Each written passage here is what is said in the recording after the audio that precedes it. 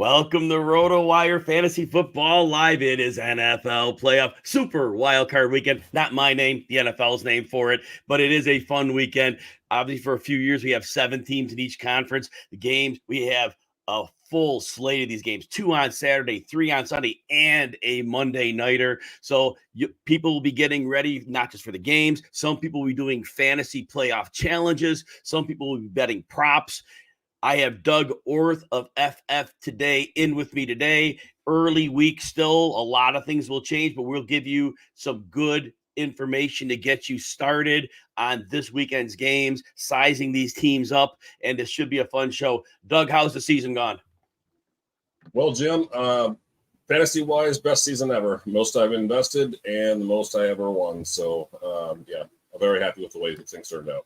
And Doug he has not had a losing money season in now I think it's over 20 years of playing mostly high stakes fantasy football, correct? That's correct. Yep. I believe I have it down on 24 now. Yep.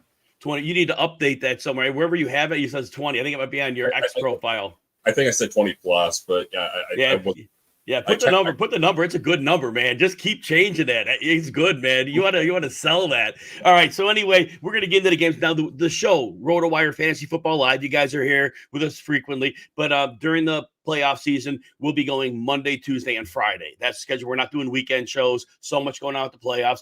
We'll be on Sirius XM most of the time. This Saturday there is no show because there's NFL game action, but Sunday we'll be on. I should say Saturday we're not on because of game action. Saturday we're on 1 to 3 Eastern on XM. The following weeks I think we'll have 2 shows. Doug, let's jump into this. First game of the weekend. Browns, Texans. The Texans back to the J.J. Watt days. They own the 4:30 Eastern time slot at that playoff weekend. Them and the Bengals. Remember, like 2 years in a row they played the Bengals, but that's their time slot. They can't get a primetime game to save their lives. Doesn't really matter. Browns are a 3-point favorite in this game. They did play in week 16, but in a way you kind of throw it out. C.J. Stroud didn't play that one, so you really can't quantify much there. Now, the other side of the ball, there are takeaways. Joe Flacco, 368 yards, 3 touchdowns, and the requisite 2 interceptions. Amari Cooper had the game of his life, 265 yards and a couple scores. And David Njoku, it was a 3-man game. That's all it was. Njoku, 44 yards and a touchdown. The running backs did nothing. Basically, Cleveland's abandoned their running game, and they've gone to the passing game. Flacco usually throws 40 times a game. What are you expecting from the Browns offense against this Texans defense? Well, I heard you talk earlier this week, and I think this is a great point to remember for playoff football, and that being that teams will hyper prepare for their playoff games, and I can see having these teams already having played this year, where Houston, if assuming that Amari Cooper is healthy enough to go, I can see them.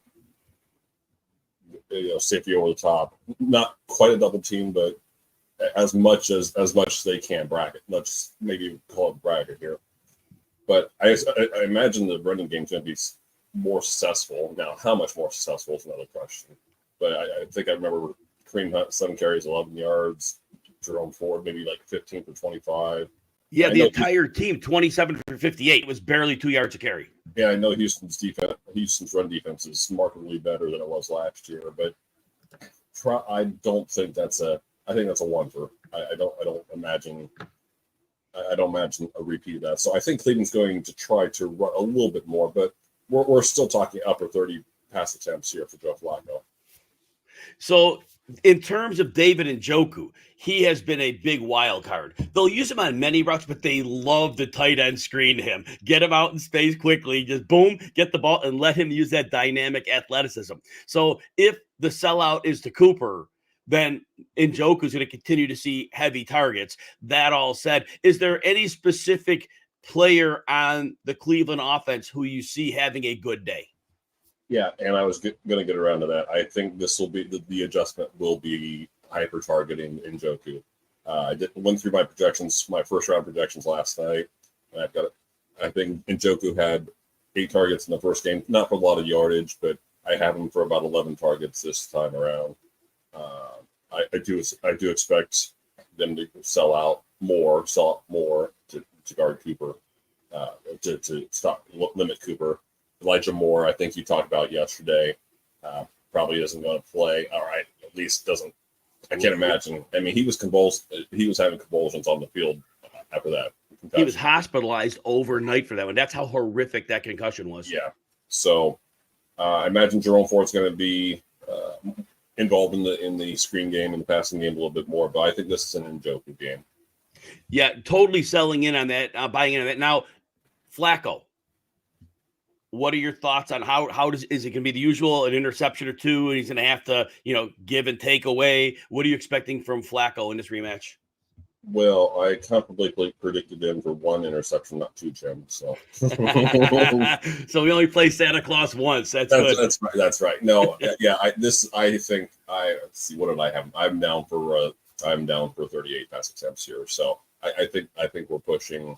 There's no reason for them to abandon what they did last time, outside of the fact that maybe the running game is more successful. But again, we're not counting on a juxtaposition or a complete opposite game here where the running game goes over 100 yards. I don't think that's happening either. So, and the last thing I'll say for the audience is that other than the blowout win against the Jets, Flacco's thrown the ball over 40 times in every game.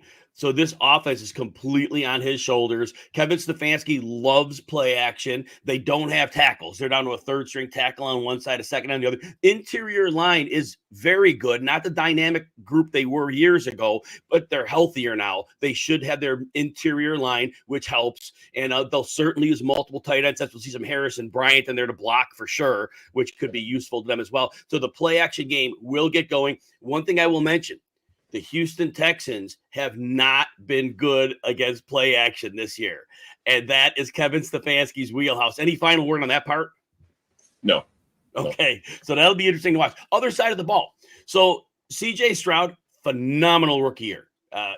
You don't see many better than that. Now, losing Tank Dell a month or so ago, maybe 6 weeks, that changes their offense. It takes away one of the deep elements they have. You could play them a little bit differently.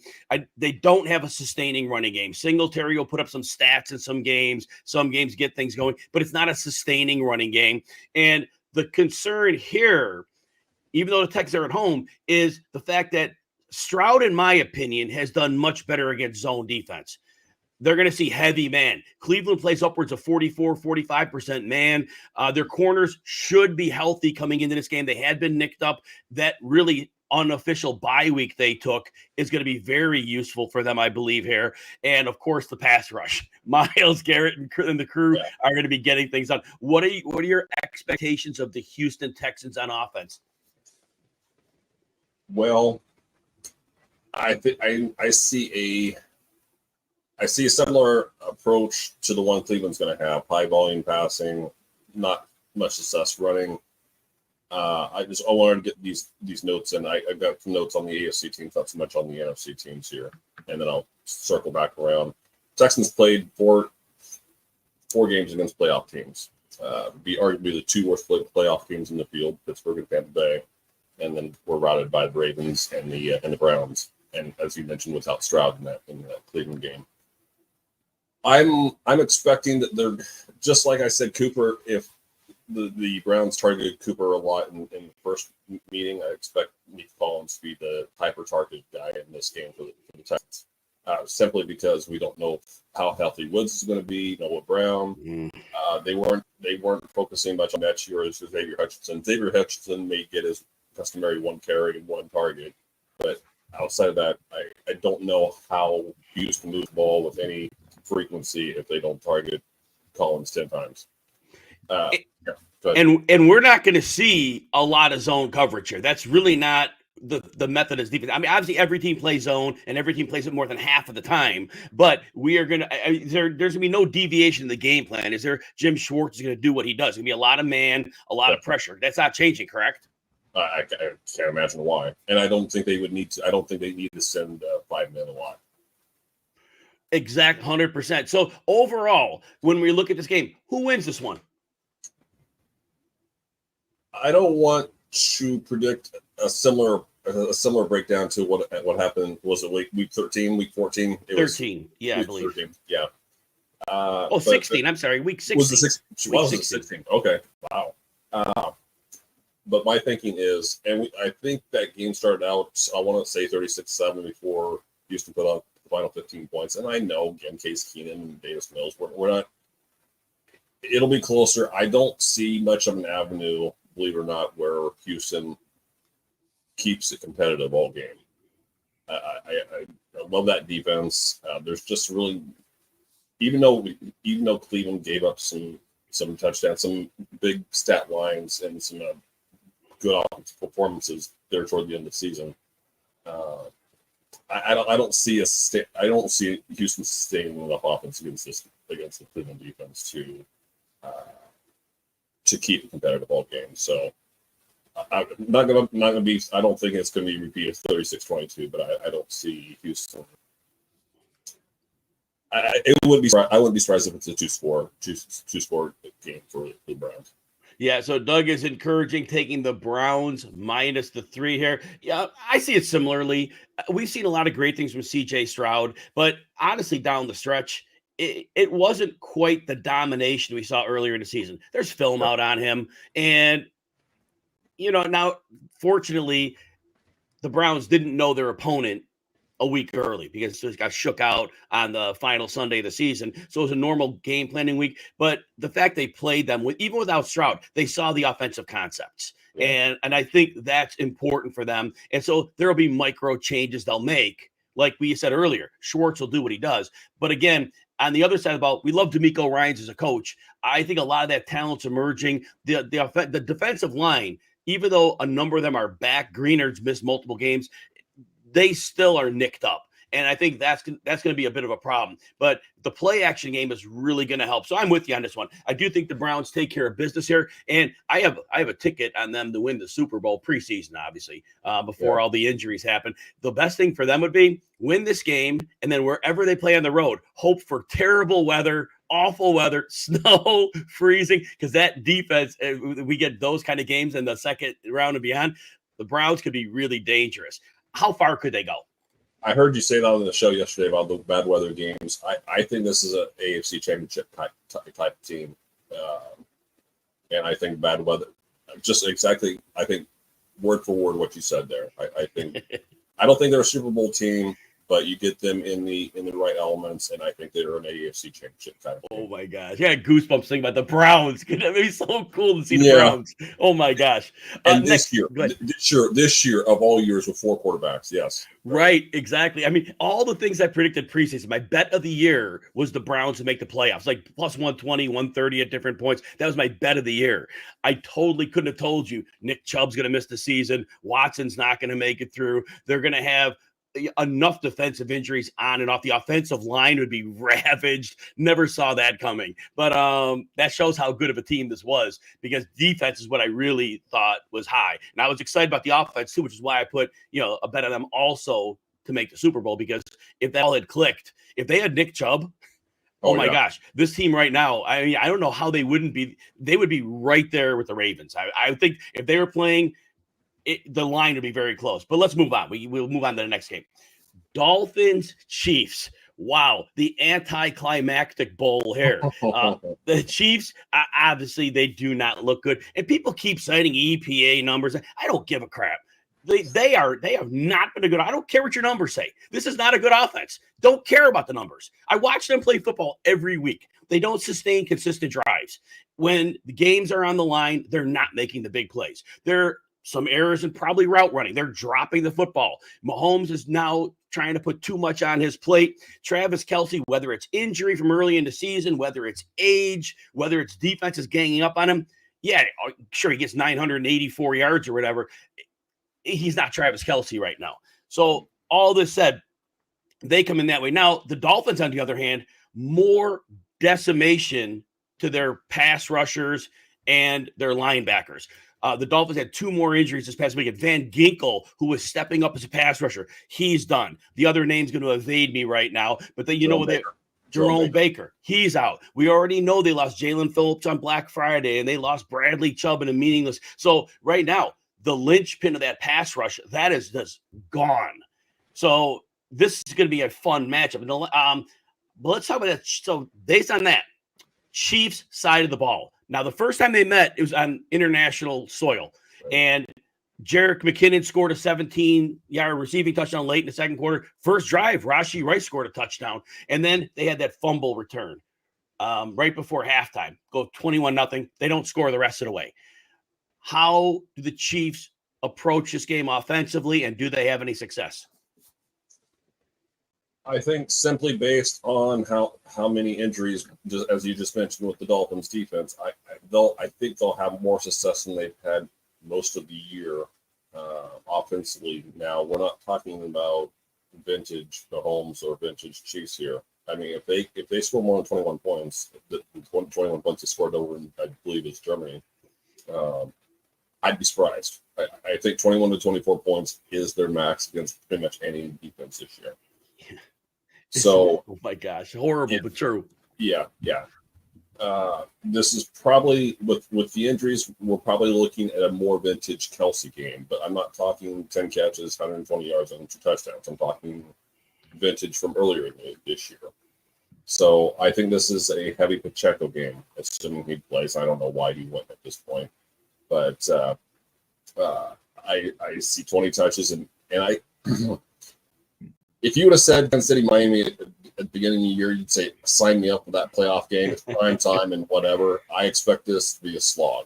I expect it to be cold. I expect it to be not overly exciting football to watch. But if you believe good football is close football, then I suppose this will be a good football game. But if you're looking for 31-24, this isn't. I don't think this is the place to be. So, Doug, the other side of the ball, I'm actually intrigued. The weather, we'll just say it's probably going to be bad because I don't want to predict forecasts on Tuesday because it could change by tomorrow. But it looks like it's going to be extremely cold. Maybe we'll even get some snow. But all that said, Miami, warm weather team, traveling into this will be a cold climate game. That probably doesn't change. Right. So all that said, I think this would encourage Mike McDaniel more than ever to go into this game with a run-heavy approach because I don't know you want Tua with his pop gun arm, no offense, throwing the ball in cold weather.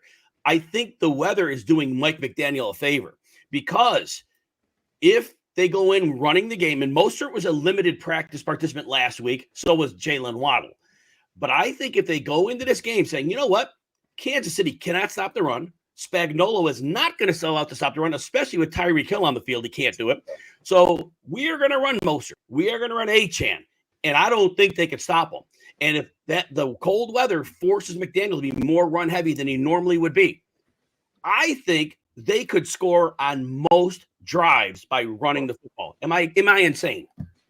I don't think you're insane in their approach. I have them projected for at least 30 carries. I'm probably on the low end of that. My question would be, how healthy is Mostert? How healthy is the offensive line? And if you're playing, as you like to say, Tua's pop gun arm, then you can and how healthy is Waddle? I think if Waddle is there, then we make it the chance the likelihood that Kansas City is going to be able to put 7, 8 in the box. And I know they probably wouldn't do that much anyway with Hill. You're going to want to make sure Hill doesn't beat you. But without Waddle over on the other side, I think the opportunity to have one that they can block is certainly more of a possibility. So Waddle's presence there is important here. Whether or not he actually has a big game is another story. But having that speed on the other side, Cedric Wilson isn't going to promote the same kind of fear that Waddle will. No. So I have him projected, like I said, 30 carries, 152 yards in a rushing touchdown. I'm playing more. I hate doing this with playoff projections, but I don't also have much confidence in warm weather teams that are built on speed going into cold weather environments and succeed or thriving doing what they do. So, I think they'll be successful. I think they'll try to run the ball a lot, and I think they're smart to try to run the ball a lot. I don't think that they'll if they score on most possessions, I think they'll be mostly field goals. That's where I'm going with that. And you mentioned the potential of stacking the box. I don't think there's any scenario where Spagnuolo could stack the boxes. The minute they do, it's going to be an audible to Tyreek. Just we're pitching it downfield, because once they don't have extra bodies, I really think that we've seen all year, they will attack any defense, and the cold weather will be a problem. The pop gun arm is a problem. But if you see less bodies in the box, Tyreek could just go up and get the ball. That's going to be a big problem. So I think that's going to be a big coaching chess game that I'm excited to see. And with Jalen Waddle, this is obviously conjecture. Since he practiced in limited fashion last week, there's a world where he's not ready to go, but they use him as a decoy. His presence on the field would require the defense to have to deal with him and worry about his speed. Any chance that that happens? Yeah, I certainly. Yeah, I think that's more likely than not. I would think. So that'll be fun. Who wins this game? The hesitation. I understand. Yeah. I understand.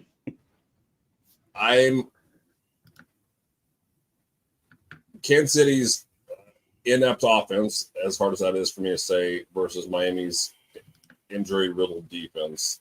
That's why I hesitate. And I hate picking inept offenses. I hate doing that. But I think the home field is enough to get them over the top here. And like I said before, this is not a 31-24 type of game. I think this is more of a 24, man, not even 24-20. I could even see this being, 2017, 2014, something like that. But yeah, I am going to roll with the Chiefs. I wanted to mention one other thing. I know that Kansas City's rush defense hasn't been what it maybe should have been, but just doing some research prior to this, Vegas was the only team to have an individual rusher over 100 yards against the Chiefs this year, and they did it in both games. It was Jacobs in the first and Zamir White in the second. So now we don't really care so much about Miami, because as long as the tandem's doing the damage, it doesn't matter whether or not one of them is over 100 yards. But I think to answer your question, I think it's going to be a low scoring game. I think the Chiefs somehow pull it out in another ugly game and then get beat up in the next round. The over and under is 44 in this game. And like you, I'm kind of leaning to the under on that one. I don't see too many scenarios where this one hits that number. Of course, anything could happen, but not so much. One thing I want to add before I make my prediction is Vic Fangio lost all these pass rushers. We saw it last week. He is willing to blitz if he doesn't have the ability to get home with 4. And so I do believe they will blitz strategically. And in the past, it's been insane to blitz Patrick Mahomes. It's not been the case this year. Yeah. The receivers aren't reliable. The tackles are, I'm trying to think of an appropriate word to say that's radio appropriate. They're not, I'll just say they're not good. Instead of saying what I want to say, they're not good. And say what you feel, Jim. Say what you feel. Yes. We might have children in the audience. I got to be careful here. So, yeah, those tackles cannot protect, and Fangio will target that. Look, I do everything you said, as usual, right on. Maybe I'm overestimating the running game. And I don't think, honestly, the offensive line in the Shanahan, which is McDaniel's scheme, it's not always relevant.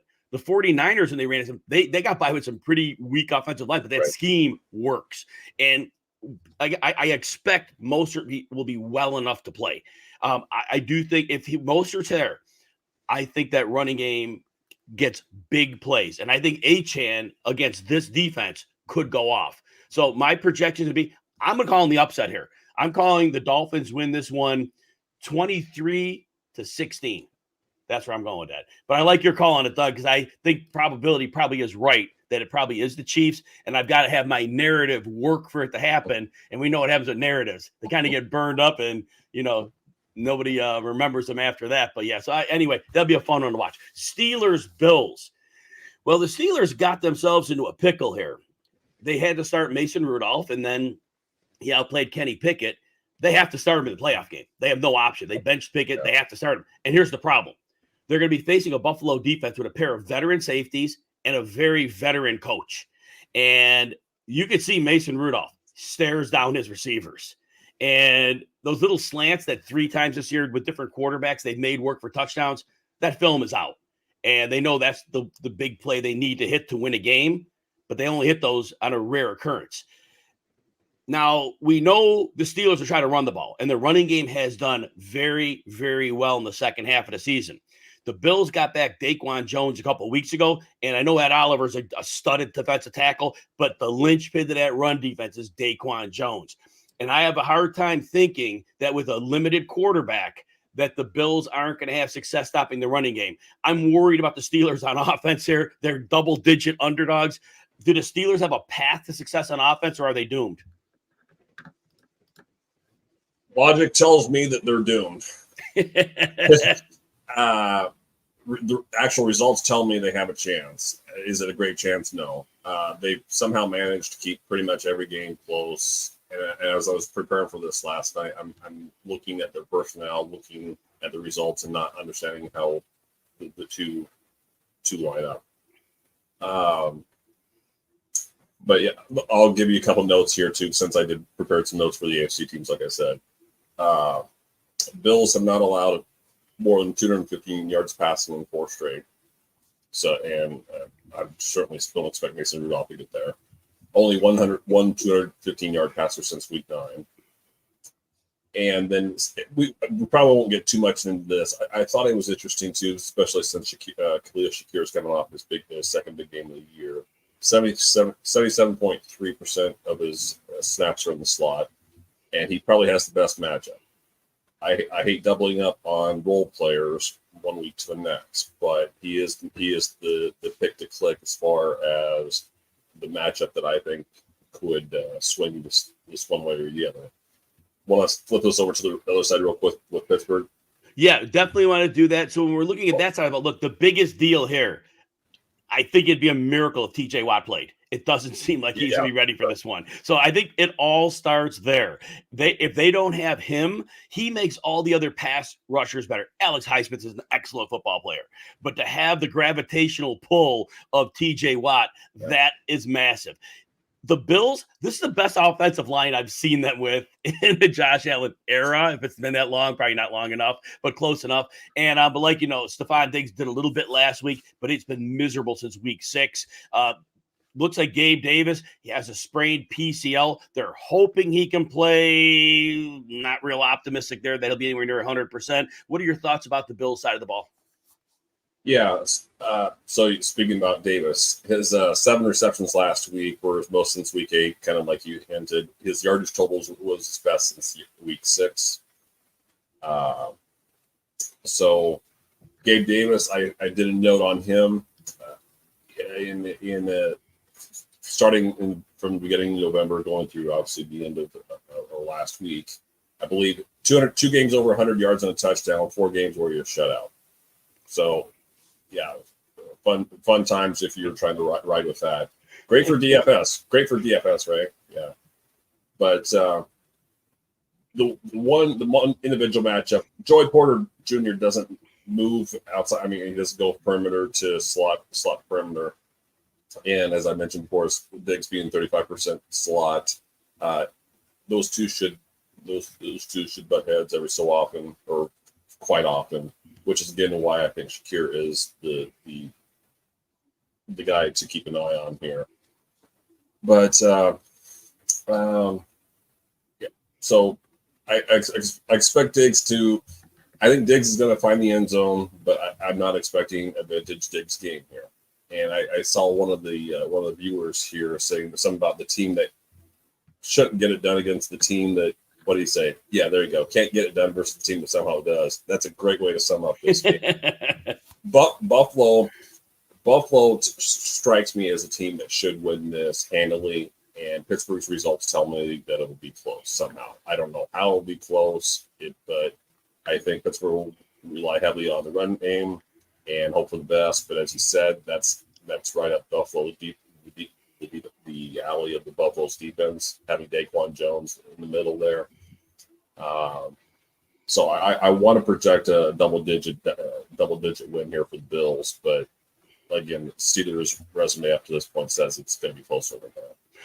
And if you're betting teaser legs, that's a game you want to tease down to 6 points, get that into the 4-point range. That's great. There are other games this weekend we'll talk about. Well, that Kansas City game. If I want to tease up Miami to 9.5, that to me, that's a nice teaser leg as well. You can make a nice little teaser set of picks this weekend. So overall, you're saying Buffalo should win this by double digits. I'm with you completely on that. Ultimately, and I'm going to kind of circle back to what I said earlier. Mason Rudolph is a third-string quarterback. He has been a third-string quarterback for a long while and for a reason. He was behind Mitch Trubisky on the depth chart until Mitch Trubisky did what Mitch Trubisky does. Ultimately, when there's 3 games of film on a guy like this, good luck. I just don't see a world where if they fall behind at all and they have to be one-dimensional and they have to throw the ball, they are in a world of trouble here. And so, yes, I do agree with the TJ Watt absence, circling back again. That is massive. And that allows Buffalo a little more latitude on offense than they'd have otherwise, a little more comfort for Josh Allen. So I'm with you on this one. They should win this handily. I like the teaser leg better than laying the points. If it'd be one of those games late where Buffalo might go in a shell. Buffalo might make a dumb decision, and then there could be that backdoor cover. So I worry about that. So again, teaser leg, fine. Outside of that, I don't like laying double digits in a playoff game. Let's move to Packers Cowboys. This is going to be interesting. Packers offense is humming. Over the course of the season, we've seen Jordan Love turn into a much better quarterback. I think that there's multiple factors. Young receiving group, all learning with him, growing up. I really think Matt LaFleur, though, figured out quickly what his quarterback can do and what he can't do. Because those limitations that Love showed early, I don't think those just disappeared. I think their coach did a great job of play design to keep his quarterback in the sweet spot. But the biggest advantage they've had is between Aaron Jones coming back healthy and A.J. Dillon being hurt, because they just have this addiction to playing A.J. Dillon as much as Jones. In the last 3 weeks, Jones is getting the work. 120-plus scrimmage yards in 3 straight games, and no signs of him slowing down. Fresh legs, right? How will the Packers fare on offense against a Dallas defense that often plays much faster and much better on their home field? Yeah, well, we've seen the stat enough times over the course of the year, especially late, where Dallas is averaging close to 40 points at home, and it's like, what is it, like a 18 to 20 point spread at home? That was before the Detroit game, so it's probably come down since then. But point being is they certainly play fast at home and whatnot. The pass defense, the pass rush is what you're. I was going to say that with the Pittsburgh game here. A lot of these teams need. And this isn't breaking news by any stretch of the imagination, but a lot of these teams need the games to go a certain way. And Green Bay is going to need to not fall behind, because I know Stephon Gilmore is a little bit banged up. I think it's his shoulders last week. Imaging came out clean on it, so he should be good to go. Right, yeah. It should be somewhat limited, but not limited in the sense that he won't be able to play his usual allotment of snaps. I just mean limited effectiveness. But what you don't want is to have to be forced into a short throw on Deron Bland. Now, if you can double move him and whatnot, great. But what I'm saying here, Green Bay needs the run game to work. They work well, and they need to be able to play out in front, because they will fall. They have a very good chance of falling susceptible to a Deron Bland if that doesn't happen. So. And I really don't care how many potentially great receivers Green Bay has. The Dallas pass rush can and will get through Green Bay if they have enough opportunities to do so. So I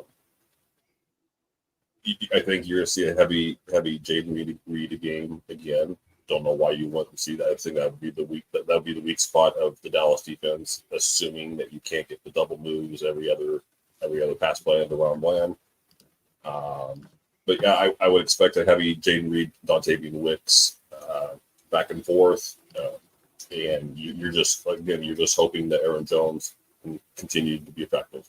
If all of those things don't come together, this can be an ugly game. If some of those things come together, then I think you have the potential of an upset.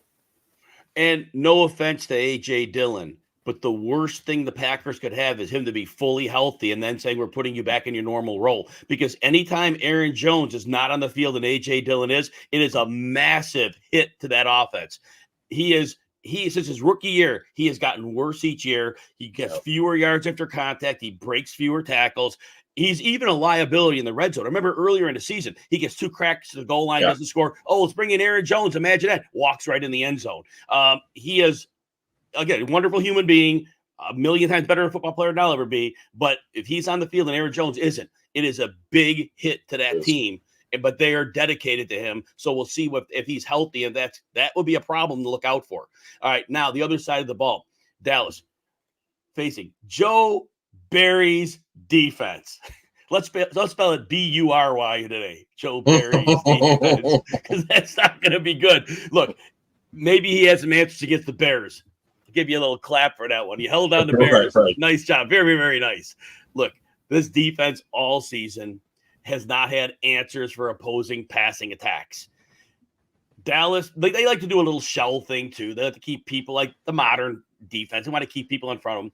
CeeDee Lamb will be lined up since the bye wherever Dallas knows the mismatch and the advantages. If they got to move him in the slot, they will. If they got to move him in motion, they will. If the advantage on the outside, they'll play him there.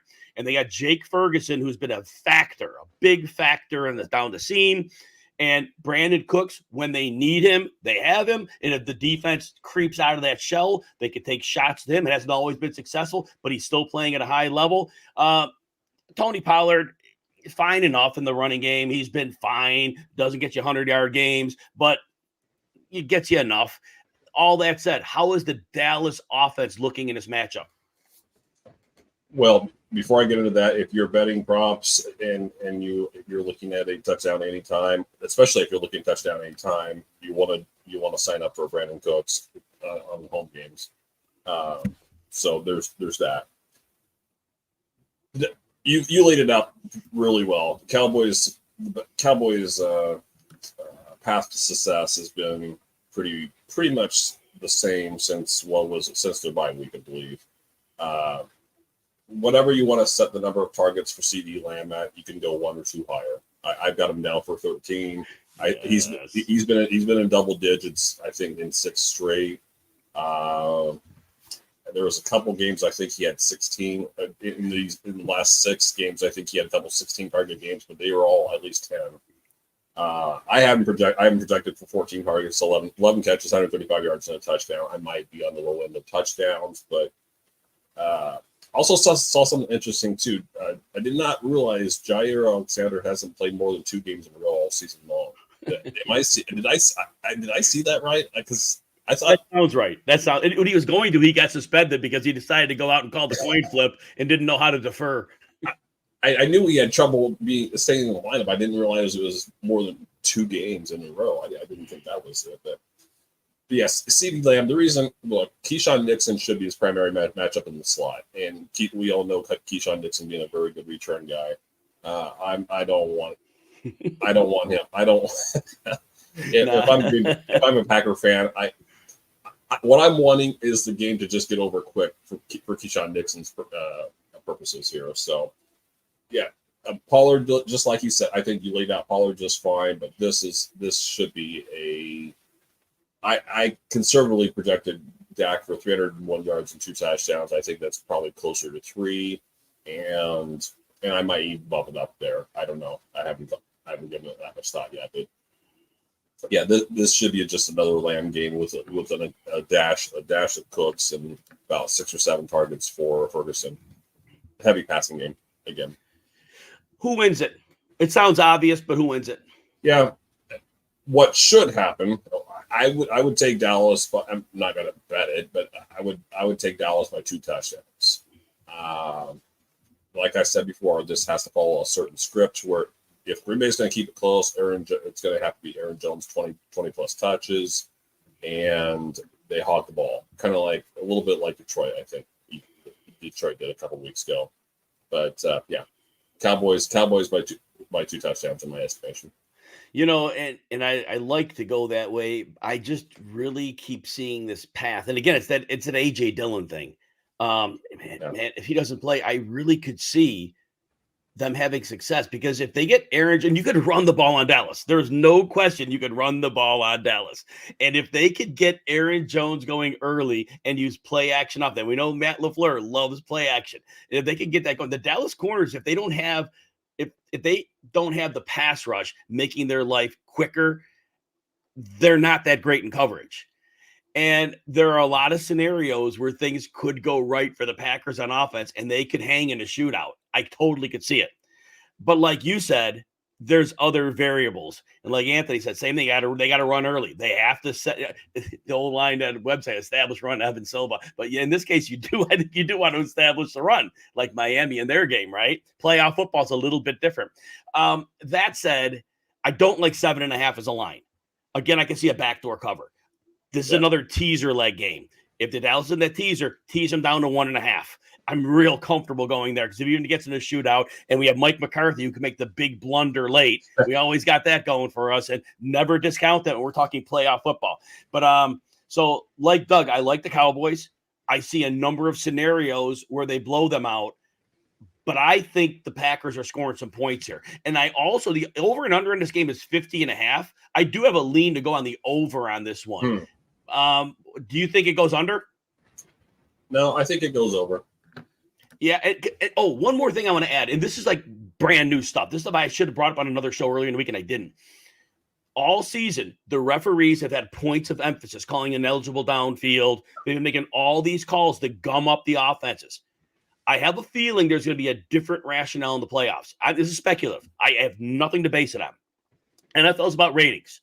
During the season, they got it right. It's the playoffs, the big stage. Unless you have Peacock, then nobody's seeing that game. I have Peacock, but I am watching that one. But anyway, that said, I think the referees are going to tone down on these drive-killing penalties that have been a staple. Narrative, speculation, but if they do, this could be one of the weeks that we see a few games go over. I don't see that Dolphins-Chiefs game going over because of who they are, but some of these games that are borderline, I think they're going over. Thoughts on that, Doug? Yeah, usually they reserve that for the Super Bowl, the kind of toning down the penalties. But yeah, the lining up offensive offsides, for example, they're still going to call that. But yeah, because as much, it's probably been a small, 15% officiating and maybe more like 70% simulated blitzes that have gummed up, as you said, gummed up the offenses. I think simulated pressure has probably been the thing that has gummed up the offenses more than anything this year. But yeah, there's been plenty of drive-killing penalties, seemingly more than in years past. And yeah, and usually playoff football is about the time you start seeing more of an emphasis on let the players play and let the officials be officials type of thing. And you're right in most years. It's for the Super Bowl, but this year has been an overcorrection on the market. And I think the league is keenly aware of their presence, in the playoff presence. It's a much more targeted viewer audience. It's not just fans watching their local team. And I do think they don't want to put out a product. And again, this is this speculation and narrative, but I just want you to think about it. If you don't buy into it, don't buy into it. And maybe I'm a million miles off. Anthony points out a very good point. I forgot about the Kansas City games on Peacock. They had to be ecstatic because the Swifties are going to be paying up for Peacock so they could see Taylor Swift in the booth and Travis Kelce on the field. That's a great call. That's a huge moneymaker for them, having had that game in that spot. I wonder if the NFL made that part of their deal because they're trying to get Peacock rolling. Next game. All right. Rams, Lions. I think everybody wanted this game, Doug. Jared Goff goes back to face his coach, and Matthew Stafford goes to the stadium where he spent a good chunk of his career, left on amicable terms. It was very amicable, but so there's that. All that said, Lions, 3.5-point favorites. Over and under is 51.5 on this one. From the Lions side of the football, the Sam Laporta injury. They said they're going to try to get him out there. Look, there's no way he's close to 100%. Apparently, it's a multi-week injury. If they get him out there, he's not going to be himself. My biggest concern is that the outside weapons. And I know Jamison Williams has moved up a little bit. He's dinged up again. But the last few games he played, he's a little more effective than he was. Josh Reynolds is on the outside. Basically, with this team, the Rams are a good run defense. They're terrible pass defense. But if all they have to worry about is Amon-Ra St. Brown, you're going to put some extra bodies on them if there's no Sam Laporta or if Sam Laporta can't run. And I'm very concerned that in this specific matchup, this works against the Lions. Like I said, that running game has been great, but this is a tougher matchup for them. What are your thoughts about the Lions side of the football? Quickly about Sam Laporta, I listened to Dr. David Chow yesterday. I'm sure you're familiar with him. I'm paraphrasing here. He pretty much said it'd be a miracle if Laporta played this week, and almost be a small, and again paraphrasing, small miracle if he played in 2 weeks. So I did project him to play, but I'm projecting him for 1 catch and 1 target. If that tells you anything, I think he might be out there to play 10 snaps. And whatever your plan for DFS is, I'm not. I would avoid. Jameson Williams is banged up. It sounds like he might try to play this week. Khalif Raymond is banged up. I don't know if he's going to play. You're getting to a point. The good thing about Detroit is we saw toward the end of last year the tight end is an important enough part of the offense that I think they're going to involve them regardless. So if you're looking for a DFS punt, or if you're looking for a extreme wild card, James Mitchell might be your guy. And they have Dan Skipper too. Oh, I'm sorry, I had to say it. And Taylor Decker. Let's get Penei Sewell in there as well. That's right. He is athletic. Okay, come on. He is. Double move Penei Sewell. But this, I don't know what to think about, because Jahmyr Gibbs hasn't been as effective the last couple games. No. So what are we attributing that to? Is the length of the season wearing down on him now? You wouldn't think so based on how he's been used this year. But the Laporta injury is a big one, and again, you nailed it as far as what the plan of attack is. If Amon-Ra St. Brown's the only guy that they really have to concern themselves with the passing game, then the pass defense is probably going to be as bad as it looks on paper. So, and this will be the narrative too with Jared Goff. Who knows Jared Goff better than Sean McVay? Good. I was going to bring it up. I want you to talk about it because this is a very important point. Yeah. So, well, I don't know that I have a deep dive here or anything like that, but the very reason that you go and trade for Matthew Stafford is because you can see that Goff has limitations, and it's not that he does have a weaker arm than Stafford, but my point is he has more limitations than Stafford. And it helps that he's going to be in a home game, or it helps that he's going to be at home under perfect conditions. But I think what we've learned over the years is Goff needs a productive run game to help him get through, right? And the matchup would tell us that that's going to be hard to come by, right? So I'm not expecting. Again, the Laporta injury is a huge one. If we have a healthy Laporta, I may lean more toward the Lions offense and the Lions in general. I don't like this spot for the Lions. No, now what I want to add about the Sean McVay, Jared Goff angle is this. Sean McVay knows every weakness of Jared Goff's game. He knows exactly what he doesn't like to do. And from a defensive standpoint, he could coach up his coaching staff to make sure you get Goff in the uncomfortable areas. Throwing to the outside, that's really the uncomfortable area. That's really where he's most uncomfortable, because Brian Johnson, the offensive coordinator, who hopefully is a head coach somewhere soon, he has really made it a great point to free up those players who are middle of the field players. Laporta, again, we talked about him, and St. Brown. And I do think they're going to make him uncomfortable. And if you make Jared Goff uncomfortable, even at home, the implosion may not be far behind. Maybe I'm overselling that, but I think that familiarity. And look, we know why McVay got rid of Goff. He couldn't do certain things. And now and McVay is a genius. I don't care what we're going to say about this. Genius. Well, let's flip to that side of the ball, because beginning of the season, Cooper Kupp, on and off of the injury thing, not sure what we had out of him, but I was expecting, we get another great season out of Cooper Kupp. And I'm thinking, Kupp's a superstar. I definitely got that in my mind. And then this Puka Nacua guy comes in, 6th-round draft pick, and he tears up the league. And all of a sudden, the light bulb goes on. It's like, oh my gosh, what would Cooper Kupp have been if he didn't have Sean McVay? He would have been a good player. He would not have been a superstar probably. Puka Nacua, 6th-round draft pick. I get it. Once in a while, those players hit. Not athletic at all. All of a sudden, he's tearing the roof off. It's Sean McVay. Nacua would be a fine player, but he's not. If he goes away from McVay, we're not seeing that production. Now to this game. The other thing McVay figured out was against the way defenses this year are much better defending the run with light boxes than they were in the past. They're shooting gaps better.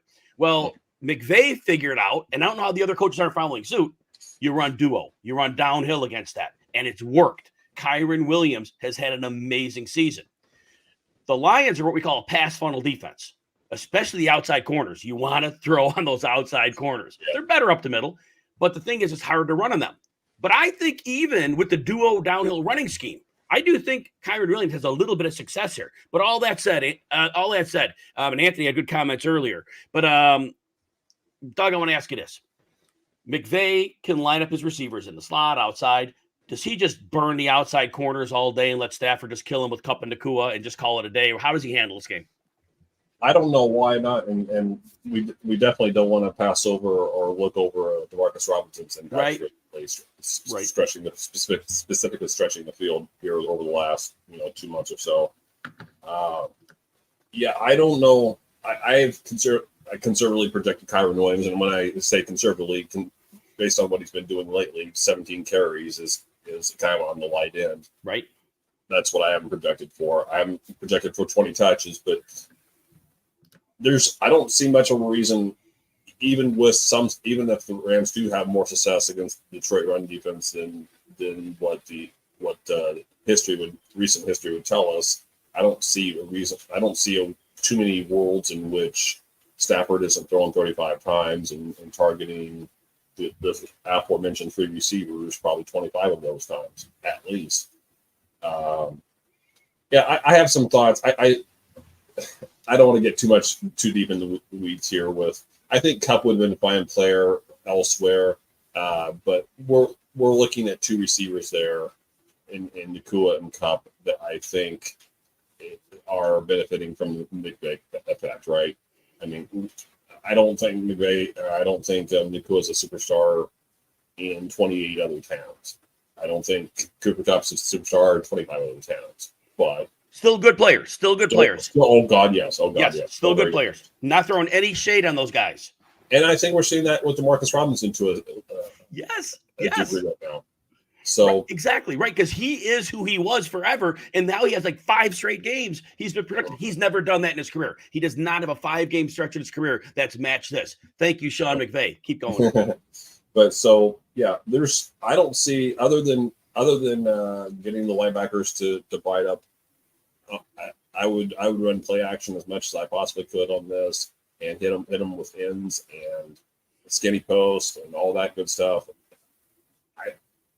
I don't think it's in McVay's wheelhouse to have Stafford drop back 40 times and throw it 40 times, but I think this is a game to do it if he's going to do it.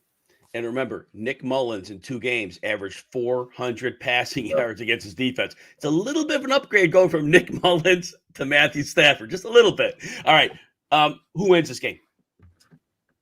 Yeah, as I said, I don't, especially with Laporta being unlikely to play, and I was probably already leaning Rams anyway, but with Laporta being either extremely limited or out, I see the Rams coming in, and this should be one of the more fun games to watch. But I would expect the Rams to come in and win this one. Yeah, I expect the Rams to win this one too. But look, if you're betting, you're getting 3.5 points. You could take the money line, but 3.5 points is real. Like, since the Lions win, I really don't see them winning by more than a field goal. And again, if you're doing a 3-team teaser, well, you're teasing the Rams up to 9.5.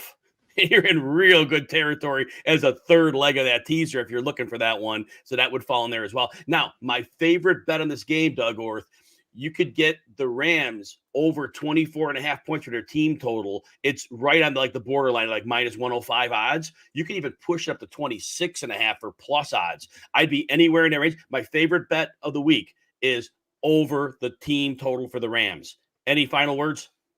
No, I would agree with that. Yeah, I would easily take over 24, and 26, 27 would be pushing it for me. But yeah, I mean, I haven't projected for 4 touchdowns in this game, so I guess, more power to the over. Because if you think about it, if you're 24.5 as it is, how many games are landing on 25 and 26? Sometimes they do because teams go for 2, but realistically, your next jump is 27. So if you're going to be in that little gray area, I think your expected value changes by just taking the odds in that dead zone range where few games fall. And so that's my whole rationale behind that. We got one game left, Doug. Everybody's excited about the Eagles and the Buccaneers. Everybody. Yes. So, look, we know what the Eagles are. Right now, defensively, I don't think they can stop anybody. That run defense was really good for a while. Now they're okay. They're not bad. They're not great. Okay. Darius Slay, down season. James Bradbury, down season. The whole middle of the field's a wreck. You can put their linebackers in the blender in the passing game. Their safeties just don't have the ability to do their job. You can attack this team relentlessly. Should be okay to do. Now, the Buccaneers come in, not really excited about their offense. Didn't score a touchdown against Carolina.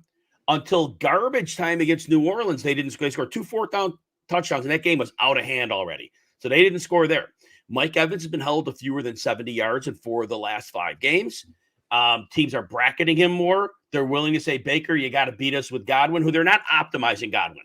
Godwin's not running in the slot as much as he needs to. He's running a lot of outside, and he's great there, but he's not a difference maker there. In terms of if he's running full-time slot, he could take over games. And I know he had a 144-yard game a few weeks, so I get it. Anyway, in the running game, not sustaining. Rashad White for fantasy, beautiful. If you had him, you probably won your league or came close to it. But in terms of a sustaining running game, I don't think he gets it done here. So realistically, there's a bad defense, but a very flawed offense. How do you see the Buck side of the ball shaking out? Yeah, so this will be we talked about some tough watches in the AFC games, or at least one of the AFC games. I don't know if we're going to see bad defense or bad offense or both in this one. Yeah.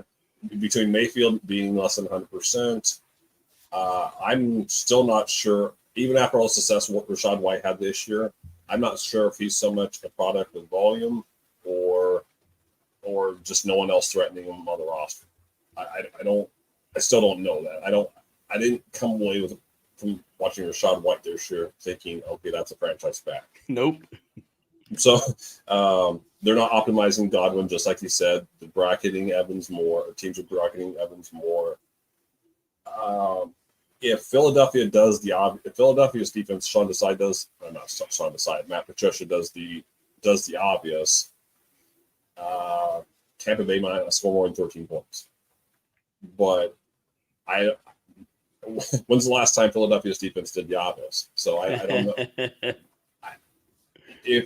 And I think you talked about this in one of your shows yesterday. But the Tampa Bay defense, the Tampa Bay offense hasn't been worth squat in the last 2 games for sure. 2 games for sure. Yeah. So, like I said, I don't know if Mayfield's healthy. That's going to certainly play a role. I expect a heavy reliance on Rashad White. What that actually means, I can't tell you. And like I said, I don't know if Philadelphia's defense is going to be indifferent enough where Tampa Bay scores 27 points, or if they're going to, as Dallas Goedert mentioned in an interview here recently, we've just been waiting for the playoffs. Well, if they've been just waiting for the playoffs and flip the switch, then so this is another game I would not want to bet. An over and under, I would not want to bet any of that stuff, because the range of outcomes could be a total of 20, and it could be anywhere from 20 to 50. It really could. I could tell you a story in which this is the highest scoring game of the week, and I can tell you a story where this is the lowest scoring game. Other side of the ball, health. We do not know the status of the Eagles. Jalen Hurts has been dealing with the knee. Maybe it's been all season. He hasn't been the runner he was. He still does the tush push and gets the yardage there, but he hasn't put up the massive running numbers. He gets touchdowns for sure. A.J. Brown, we don't know the deal with the knee is. That's going to be quiet. As of Tuesday, we're not going to know. I think they're cautiously optimistic he plays, but who knows? Devontae Smith, He's missed the last couple games. Maybe he's there. Dallas Goedert's healthy. Give him that. DeAndre Swift to be fine. It was an illness, I think, that kept him out of the Sunday game. So they got that going for them. Look, if you're playing the Tampa Bay Buccaneers, they're still good against the run. They're still good run defense. You want to pass on them. The outside corners are not playing great this year. Jamel Dean and Carlton Davis, they're not having banner years. You can attack them. It's about the health. If A.J. Brown could play at 80% of his normal capacity, if Devontae Smith is playing somewhat close to normal, it sounds overly simplistic, and this is the worst football analysis you hear from me. It's that I think they just throw away like a traditional game plan and say, you know what? Just chuck the ball to our superstars. Because if you go into that game and you just break down throw away your normal offense, you say, we're throwing it to A.J. Brown, throwing it to Devontae Smith, just fire it to Dallas Goedert. Don't worry about flow. I think that they could beat this defense down because the pass rush is not consistent. They blitz a lot, doesn't get them. That offensive line of the Eagles should hold up. How do you see the offense shaking out here? Yeah, my only contention or my only pushback on that would be, and keep it real for the kids here. Jalen Hurts' middle finger. Is it sore or is it going to be limiting in terms? And if is going to limit his running because he doesn't want to expose any more, but it's on his right hand. And this is another thing I heard from Dr. Chow yesterday, which was interesting. And apparently, Hurts is the ball comes off his index finger, not his middle finger, like it does for a lot of pro quarterbacks. A lot of pro quarterbacks comes off the middle finger. The middle finger is the last finger that is touching the ball before he releases it. Apparently, for Jalen Hurts, it's his index finger. Oh wow, that's interesting. Yeah, so that I don't know if that's a 5% difference or a 25% difference, but that can play a role. As far as the plan of attack, if you can trust Hurts' finger to hold up and there's no complicating factors, I totally agree with you otherwise. I think you say DeAndre Swift, you're getting 15 touches, 5 of those might come in the passing game, and we're passing until we can't pass no more. Right?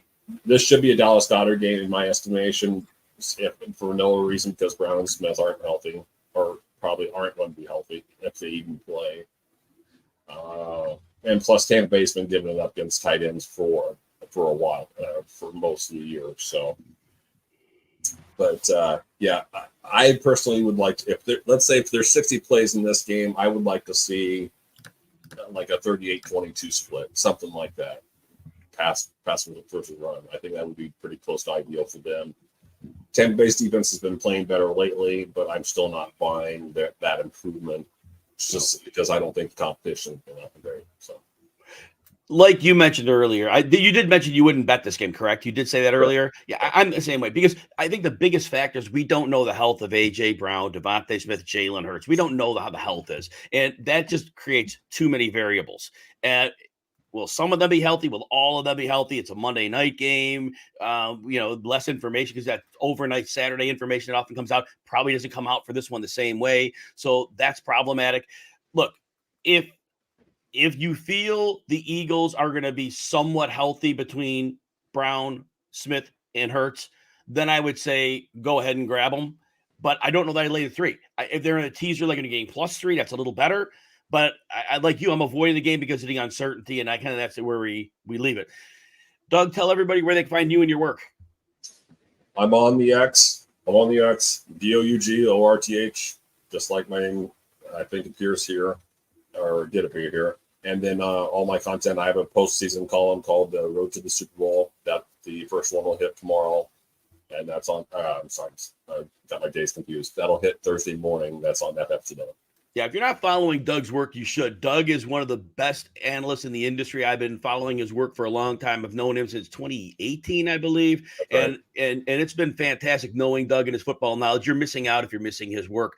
In terms of this show, we'll be back on Friday. We'll do some prop bets. Any other fine tuning I could do on the game previews that I can add that I learned throughout the week, I will definitely add that as well. If you have Sirius XM Fantasy, I'll be on Thursday night from 8 to 10 Eastern.